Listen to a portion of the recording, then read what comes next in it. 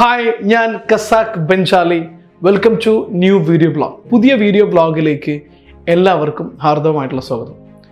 ഇന്ന് ഞാൻ പറയാൻ പോകുന്നത് നമ്മുടെ ജീവിതത്തിൽ നമ്മൾ കൊണ്ടു നടക്കുന്ന വിഷലിപ്തമായിട്ടുള്ള ടോക്സിക് ആയിട്ടുള്ള 5 ഹാബിറ്റുകളെ കുറിച്ചാണ്. നമ്മൾ അറിഞ്ഞോ അറിയാതെയോ നമ്മൾ കൊണ്ടു നടക്കുന്ന ഈ ഹാബിറ്റുകൾ നമ്മളെ പെർമനന്റ് പരാജയത്തിലേക്ക് എത്തിക്കുന്ന വളരെ അപകടം പിടിച്ച ഒരു ഹാബിറ്റാണ്. ഈ 5 ഹാബിറ്റുകൾ ഒഴിവാക്കി കഴിഞ്ഞാൽ നമുക്ക് വളരെ സക്സസ്ഫുൾ ആയിട്ടുള്ള, പീസ്ഫുൾ ആയിട്ടുള്ള, ഹാപ്പി ആയിട്ടുള്ള, സന്തോഷം നിറഞ്ഞ ഒരു ജീവിതം നമുക്ക് സ്വന്തമാക്കാൻ കഴിയും. അതിന് സഹായിക്കുന്നതാണ് ഈ വീഡിയോ. ഒരിക്കൽ കൂടി ഈ വീഡിയോ ബ്ലോഗിലേക്ക് എല്ലാവർക്കും സ്വാഗതം. ഈ ചാനൽ ഇതുവരെ നിങ്ങൾ സബ്സ്ക്രൈബ് ചെയ്തിട്ടില്ലെങ്കിൽ സബ്സ്ക്രൈബ് ചെയ്യാൻ മറക്കണ്ട, ബെൽ ബട്ടൺ അമർത്താൻ മറക്കണ്ട. പുതിയ life changing and motivating business related videos എല്ലാം ലഭിക്കാൻ ഇത് സഹായകരമാണ്. ഓക്കെ, അപ്പോൾ ഇനി നമുക്ക് വീഡിയോയിലേക്ക് കിടക്കാം. ഒന്നാമത്തെ നമ്മൾ ഒഴിവാക്കേണ്ട ഹാബിറ്റ് എന്താണെന്ന് ചോദിച്ചു കഴിഞ്ഞാൽ അത് ബ്ലെയിമിംഗ് ആണ്. ബ്ലെയിമിംഗ്, പരാതി പറയുക. അതായത് നമ്മുടെ ലൈഫിൽ പല സാഹചര്യങ്ങളുണ്ടാവും, നമ്മുടെ ലൈഫിൽ പല സിറ്റുവേഷൻസ് ഉണ്ടാവും, നമ്മുടെ ലൈഫിൽ നമ്മൾ നേരിട്ടുകൊണ്ടിരിക്കുന്ന പല പ്രോബ്ലംസ് ഉണ്ടാവും.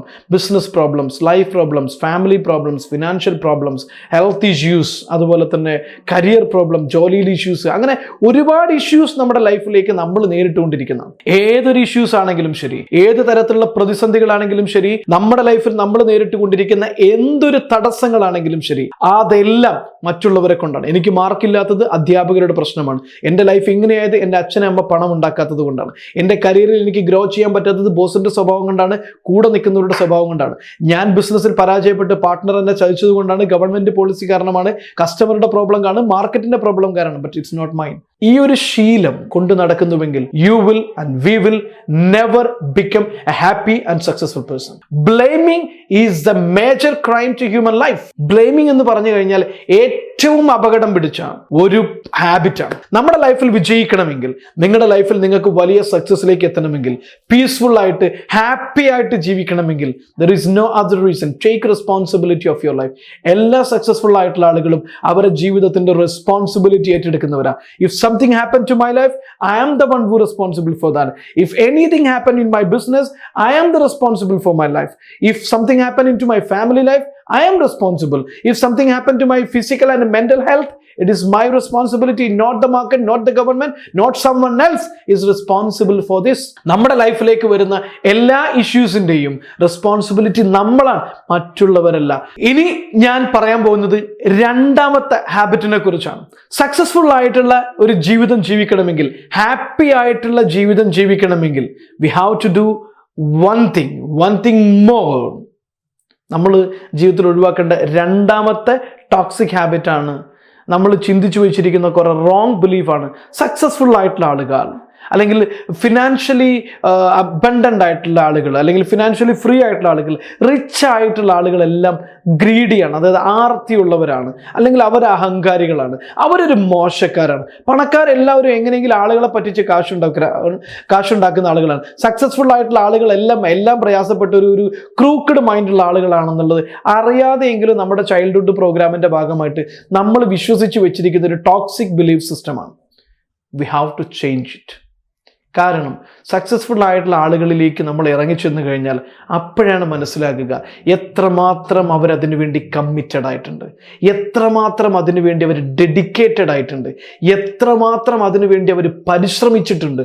മിസ്റ്റേക്കുകൾ വന്നിട്ടുണ്ട്, പരാജയങ്ങൾ വന്നിട്ടുണ്ട്, പക്ഷെ അത് ആവർത്തിക്കാതിരിക്കാനുള്ള എത്രമാത്രം പരിശ്രമങ്ങൾ അവർ പിന്നെയും അതിനു വേണ്ടി പരിശ്രമിച്ചിട്ടുണ്ട് എന്നുള്ളത് നമ്മൾ അവരെ ലൈഫിലേക്ക് പോയി നോക്കിയാൽ മനസ്സിലാകും. Success is not a chance my dear.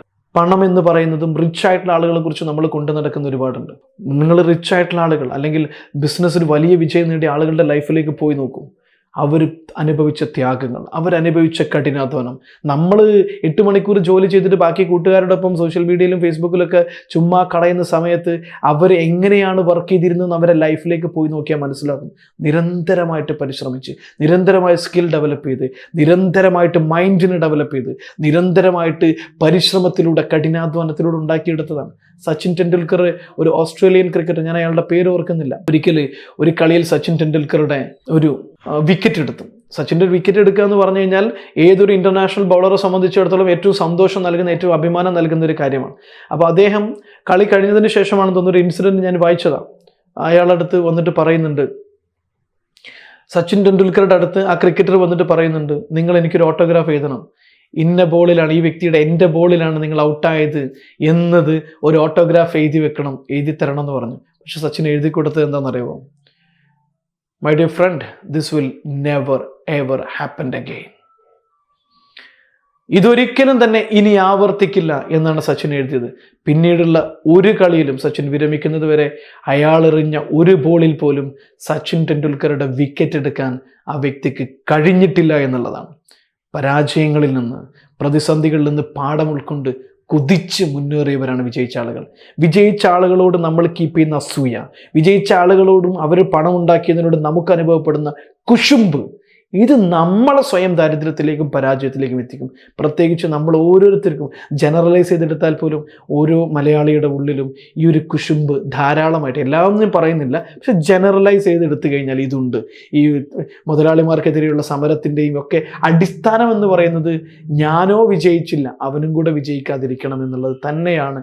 ഒരുവിധം, ഞാൻ എല്ലാവരെയും പറയുന്നില്ല, ഒരുവിധം ആളുകളുടെ ഉള്ളിലൊക്കെ ഈ ഒരു സംഭവം ഉണ്ട് എന്ന് തന്നെയാണ് യാഥാർത്ഥ്യം. ഒരു ഹർത്താൽ നടന്നു കഴിഞ്ഞാൽ വലിയൊരു സ്ഥാപനത്തിന് കല്ലെറിയുമ്പോൾ കിട്ടുന്നൊരു മനസ്സുഖം, അത് ഇതിൻ്റെ ഉള്ളിലുള്ളത് തന്നെയാണ്. ഈ ഒരു ഹാബിറ്റ് നമ്മൾ ഒഴിവാക്കേണ്ടതാണ്. പിന്നെ മൂന്നാമത്തെ ഒരു ഹാബിറ്റ്, നമ്മൾ ഒഴിവാക്കേണ്ട വിഷലിപ്തമായ മൂന്നാമത്തെ ഹാബിറ്റാണ് ഗോസിപ്പിംഗ്. അതായത് ഒരാളെക്കുറിച്ച് മറ്റുള്ള ആളുകൾ പറയുന്നത് വിശ്വസിക്കുക, ചെയ്യാതിരിക്കുക. ആളുകൾക്ക് പല അഭിപ്രായങ്ങളുണ്ടോ, നേരത്തെ പറഞ്ഞ പോലെ തന്നെ പല പ്രശ്നങ്ങളും അവർ പറയാം, പല രീതികളിൽ ആളുകൾ മോശമാക്കി പറയാം, പല പ്രശ്നങ്ങളിലൂടെ മറ്റുള്ളവരുടെ കുറ്റവും കുറവും പറഞ്ഞുകൊണ്ടിരിക്കുക.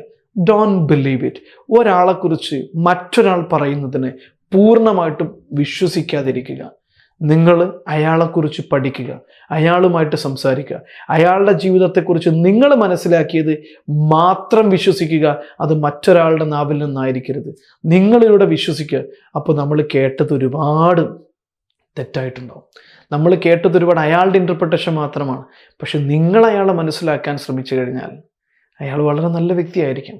മറ്റുള്ളവർ പറയുന്നത് ഒരാളെക്കുറിച്ച്, പ്രത്യേകിച്ച് മോശമാണെങ്കിൽ വിശ്വസിക്കാതിരിക്കുക, നല്ലതാണെങ്കിലും ഒരു പരിധി വിട്ട് വിശ്വസിക്കാതിരിക്കുക.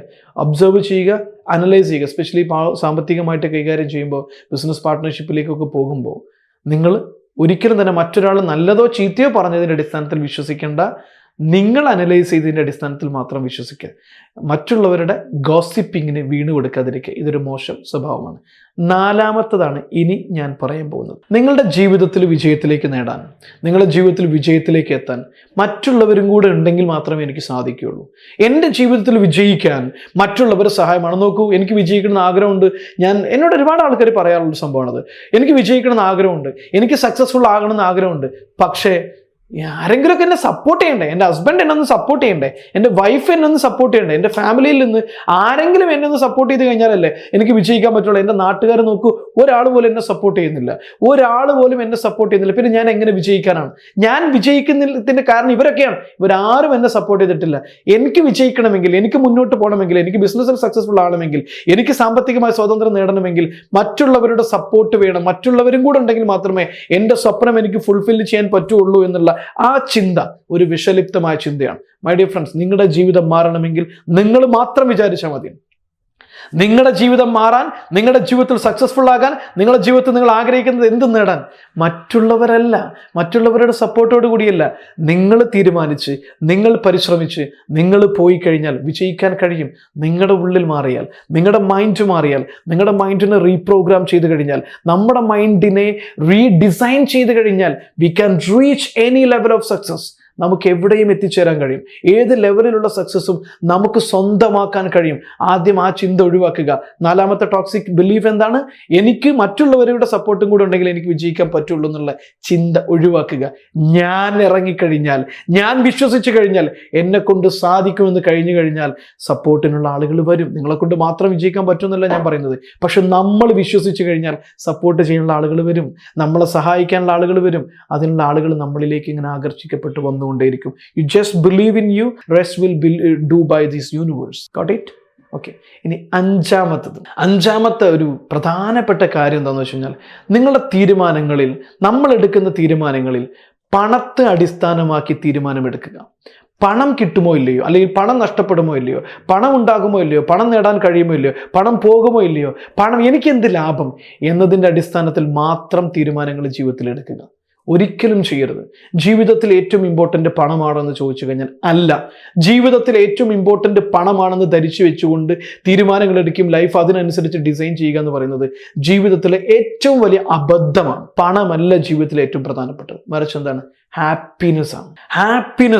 ഹാപ്പിനെസിന്റെ അടിസ്ഥാനത്തിലായിരിക്കണം നിങ്ങൾ തീരുമാനങ്ങൾ എടുക്കേണ്ടത്. നമ്മൾ എടുക്കുന്ന ഓരോ തീരുമാനവും, നമ്മൾ ചെയ്യുന്ന ഓരോ കാര്യവും, നമ്മൾ പരിശ്രമിക്കുന്ന ഓരോ കാര്യവും, നമ്മൾ ചെയ്യുന്ന ബിസിനസ് എന്തുമാകട്ടെ, അത് എത്ര ലെവലിൽ ഏതൊക്കെ രീതിയിൽ നമ്മളെ ഹാപ്പിയാക്കുന്നു എന്നത് മാത്രമാണ് അടിസ്ഥാന ഘടകം. Happiness, follow happiness, not the money. Money will come to you when you are doing something valuable in happiest way. Money will come to you. Don't follow money. Don't do anything for money. You just do what make you happy. By creating value to the people and value to the society, money will come to you. Money is not a big deal, my dear. It's not a big deal. And don't live for money.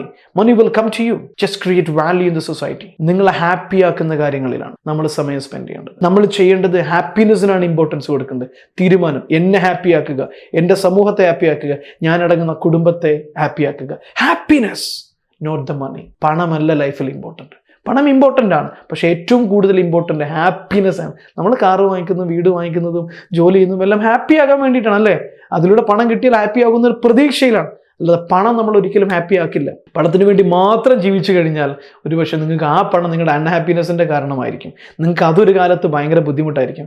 അതുകൊണ്ട് തീരുമാനങ്ങൾ എടുക്കുന്നത് ജീവിതത്തെ മുന്നോട്ട് കൊണ്ടുപോകേണ്ടതല്ല, ഹാപ്പിനെസ്സിനും കൂടെ വേണ്ടിയിട്ടാണ്. ഈ video നിങ്ങൾക്ക് ഇഷ്ടമായിട്ടുണ്ടെങ്കിൽ ഷെയർ ചെയ്യാൻ മടിക്കരുത്, സബ്സ്ക്രൈബ് ചെയ്യാൻ മടിക്കരുത്. ഫേസ്ബുക്ക് പേജ്, ഇൻസ്റ്റഗ്രാം പേജ് ഇതൊന്നും ലൈക്ക് ചെയ്യാനും ഫോളോ ചെയ്യാനും മറക്കരുത് എന്ന് ഞാൻ റിക്വസ്റ്റ് ചെയ്യുകയാണ്. നല്ല വീഡിയോസ്, നിങ്ങളുടെ ലൈഫ് ചേഞ്ച് ചെയ്യാൻ പറ്റുന്ന ഒരുപാട് വീഡിയോസ് ഇനിയും റിസർച്ച് ചെയ്തുകൊണ്ട് നിങ്ങളിലേക്ക് എത്തിക്കാൻ ഞാൻ പ്രതിജ്ഞാബദ്ധനാണ് എന്നുകൂടി ഞാൻ അറിയിക്കണം. നിങ്ങളുടെ ലൈഫിൽ ഇതുപോലെയുള്ള ഇഷ്യൂസ് നിന്ന് പുറത്ത് കിടക്കണമെന്ന് ആഗ്രഹിക്കുന്നുവെങ്കിൽ, നിങ്ങളുടെ ലൈഫിലേക്ക് വളരെ സക്സസ്ഫുൾ ആയിട്ടുള്ളൊരു ലൈഫ് കൊണ്ടുവരണമെന്ന് ആഗ്രഹിക്കുന്നുവെങ്കിൽ, വെൽത്ത്, ബിസിനസ്, ഏതൊരു മേഖലയിലും സക്സസ്ഫുൾ ആകണമെങ്കിൽ ഞങ്ങൾ ഡിസൈൻ ചെയ്തിരിക്കുന്ന പല രീതിയിലുള്ള പല പ്രോഡക്റ്റുകളുണ്ട്.